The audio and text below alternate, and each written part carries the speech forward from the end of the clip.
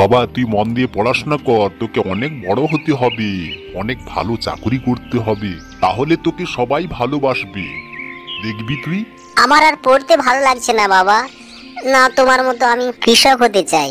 আমাদের মতো কৃষক হতে গেলে অনেক পরিশ্রম করতে হবে, সেটা তুই পারবি না, তোকে এসব আর ভাবতে হবে না এখন থেকে। কেন বাবা, তুমিও তো পারো, আমিও তো পারবো। ঠিক আছে বাবা, আমি মন দিয়ে পড়াশোনা করব।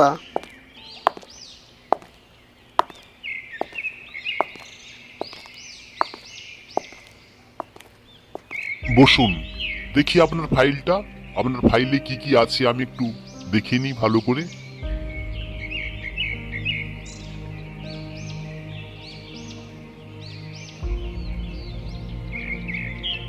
বাহ, আপনার কোয়ালিফিকেশন তো খুবই ভালো, সবেতে ফার্স্ট ক্লাস। বাহ বাহ বাহ, খুব সুন্দর রেজাল্ট। কাজটা দিলাম আপনাকে। স্যার, তাহলে আমি কবে থেকে জয়েন করছি চাকরিতে? এই মাসটা শেষ হতে তো এখনো 2 দিন বাকি আছে, এই 2 দিন হয়ে গেলে আপনি 1 তারিখ থেকে জয়েন করুন। থ্যাংক ইউ স্যার, এখন আসছি তাহলে।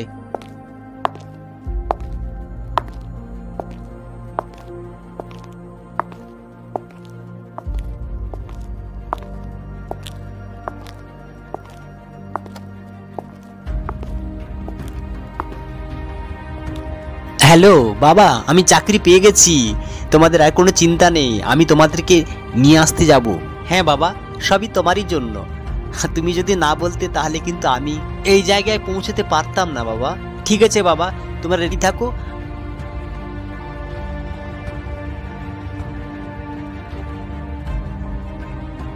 বাবা, আমি আর কি করলাম, সবই তো তুই করেছিস, তোর কষ্টের ফল, তুই ভালো করে পড়াশোনা করেছিলিস বলে আজকে তুই চাকরিটা পেয়েছিস, তাই আমার কোনো অবদান এখানে নেই। তুই চাকরিটা পেয়েছিস, এতেই আমি খুব খুশি, তোর মাও কিন্তু খুব খুশি। না বাবা, তোমার যথেষ্ট অবদান রয়েছে, তুমি যদি না আজকে আমাকে ভালো করে পড়াশোনা না করাতে তাহলে কিন্তু আমি এরকম জায়গায় পৌঁছাতে পারতাম না এবং চাকরিও পেতাম না।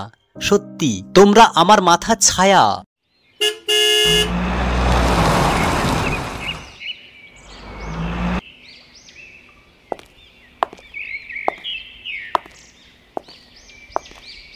বাবা, তোমরা এখনো রেডি হওনি, আমি গাড়ি নিয়ে চলে এসেছি, তোমরা তাড়াতাড়ি রেডি হয়ে নাও, জামা কাপড় গুছিয়ে নাও।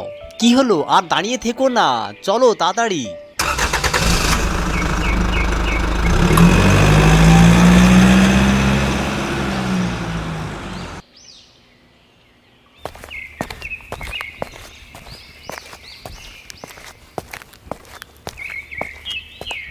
বাবা, এত সুন্দর বাড়ি, খুব সুন্দর বাড়ি হয়েছে রে। তুই এখানেই থাকিস? হ্যাঁ মা, তোমরা আজ থেকে এখানেই থাকবে, তোমাদের আর কোথাও যেতে হবে না, আর কিছুই করতে হবে না, সব লোকজন কাজ করে দেবে।